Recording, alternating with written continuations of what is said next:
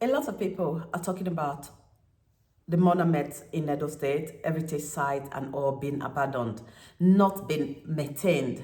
When you go around the city and you see some monuments, there's water, bushes, and it's unkept. We all know that. But I'm going to tell you one of the reasons why those things are not being kept, why they are not being followed up with, why they are not maintained. Welcome to Visit Edo page. My name is Elizabeth Eratemomo Hanisdal, the CEO of Visit Edo Limited. Those heritage sites and monuments and all, what you say is that they are not making money. That's the bitter truth. When something, whether it's your tradition, is your culture, is what you inherited, whatever it is, if it's not making money for you in today's era, then it cannot be paid attention to. That is the bitter truth. Many years ago, a lot of people paid attention to this thing because they believed that they were our ancestors, they were precious, their history, they're much more. But these days, because of the cost of living, the way people now react to different things, these things are no longer paid attention to. Somebody doesn't even want to know about the past if it doesn't profit him or her. So that is where the problem lies. So until the government makes this whole thing profitable. If you look, I'm not going to talk about Western world because Western world is a big example that everybody look up to and think, what are they doing? And that is what our government are supposed to be doing. They're supposed to look to others and see what they're doing, what they are doing right, and be able to pick one or two things from those people and apply it with our own. But let's just leave the Western world. Let's talk about Gambia or Zanzibar and all this Africa, even Ghana, our neighboring country, they're doing a lot because their government now realize that they need to put effort in this thing. They need to put some money into it and make it profitable and make it a business so that their citizens can be able to pick up from there and now protect, preserve it, because those things become making money for those for the people. So let's pick Igun for example. Let me just use Igun as an example because there are so many other places in Edo State that has been there. Or I can even use, let's leave Igun, let's just use Ugbine, that history about Obavorame.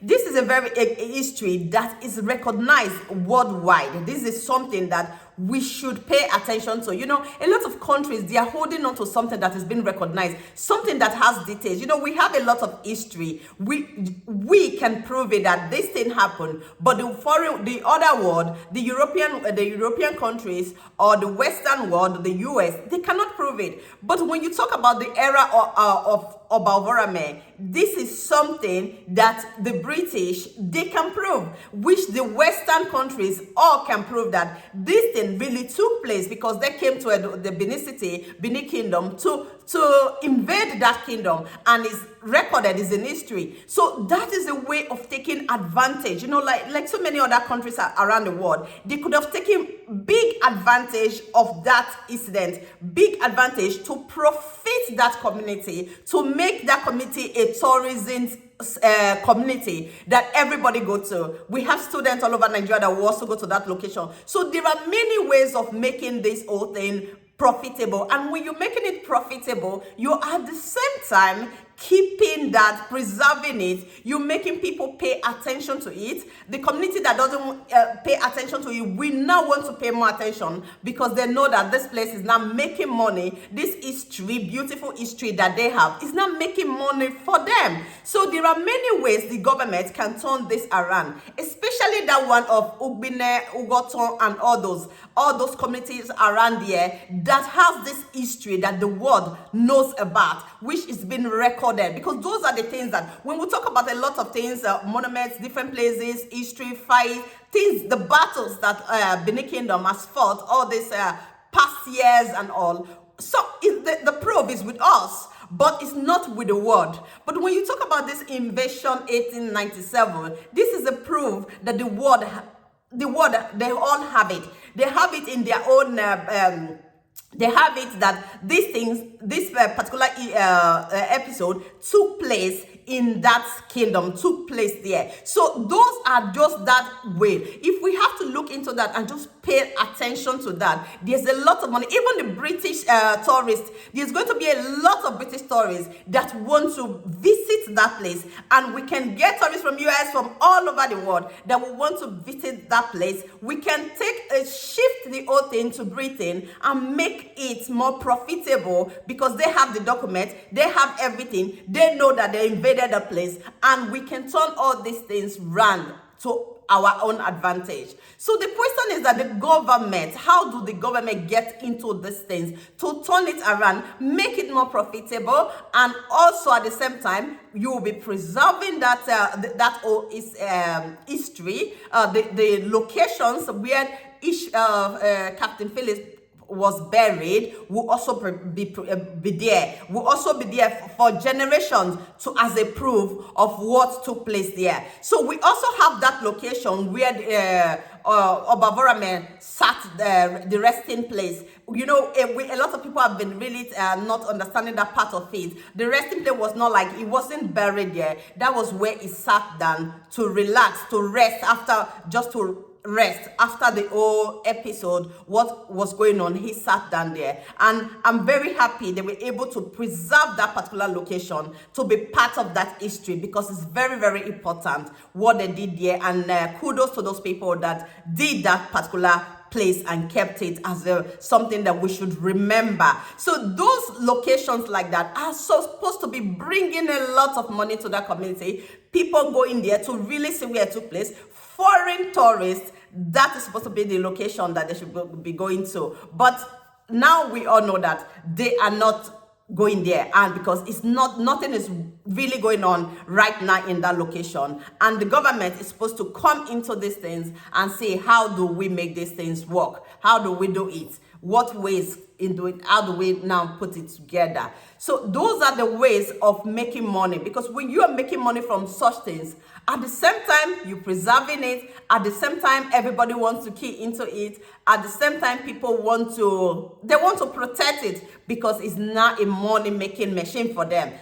That's just the bitter truth. So if you're thinking about all these things, that why is those monuments, heritage sites, a lot of other things have been abandoned, they are not paid attention to, I want you to remember that it's because they are not making money for the government. They are not making money for the people. But the government is supposed to be the one investing into those things. They have a way of profiting it. But in today's era, it seems like our government doesn't want to invest in something that will bring cash back. And these are not the things that bring cash. It brings cash in another way. It brings cash as revenue when the citizens start to key into that tourism sector. They start to make money from it. And that is when the government will get revenue from that place. That is how the government make money back that is being invested into such things. And apart from making money back as revenue, that place will also boost the image of the state.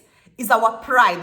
We boost that image of that state. It will make the state more beautiful, presentable. A lot of things goes with it. But until we start to see these things, until our government start to see that this is how it works, I think that those things will be there and will continue to be unproductive, not being preserved, and a lot of us will keep on getting angry or getting irritated, thinking that why is the government are not doing the right thing, and those maybe the generation to come, if we don't do the right thing now, or try to find out how to make culture, tradition, heritage site, monuments, all that is related to each other, because they are all related to each other one way or the other. So until we start making them profitable, until we turn them into money, until they are able to bring money out as cash for somebody, being somebody's job, business and all, they are not going to be taken care of. That is the bitter truth. And it's time we accept it. It's time we see it, so that we can start to think in the right direction and know how to work with these things.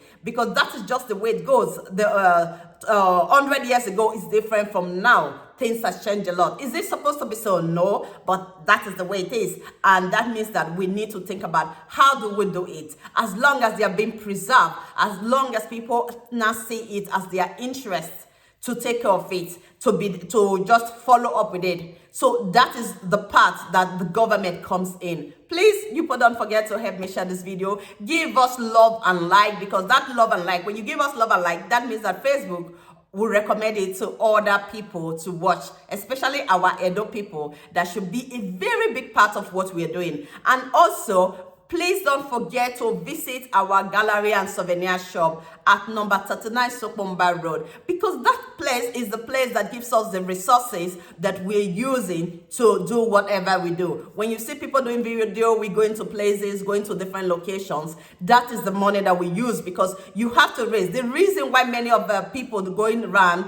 doesn't sustain, the reason why it's not there, you see people doing it and sometimes they back out of it, it's because they don't have the resources. There's no way of bringing money up that will back up those trips that people do take. Because when you want to take any trip to anywhere to show something, you're going to have a cameraman, you're going to have a camera, there's a lot of things that goes with it, and that means that you have to be able to afford it. That's why some people just prefer to sit in their living room, make videos and post it, because going around to try to show people this is this, this is that, it costs a lot. And that is why I'm begging you all to please follow us and visit our office. We have a lot of souvenirs, just small souvenirs that is not expensive, that cost less, that you can easily use to patronize us, and that will also support us in what we do. Thank you very much, and don't forget to share. My name remains Elizabeth Eratimamo Hanestal.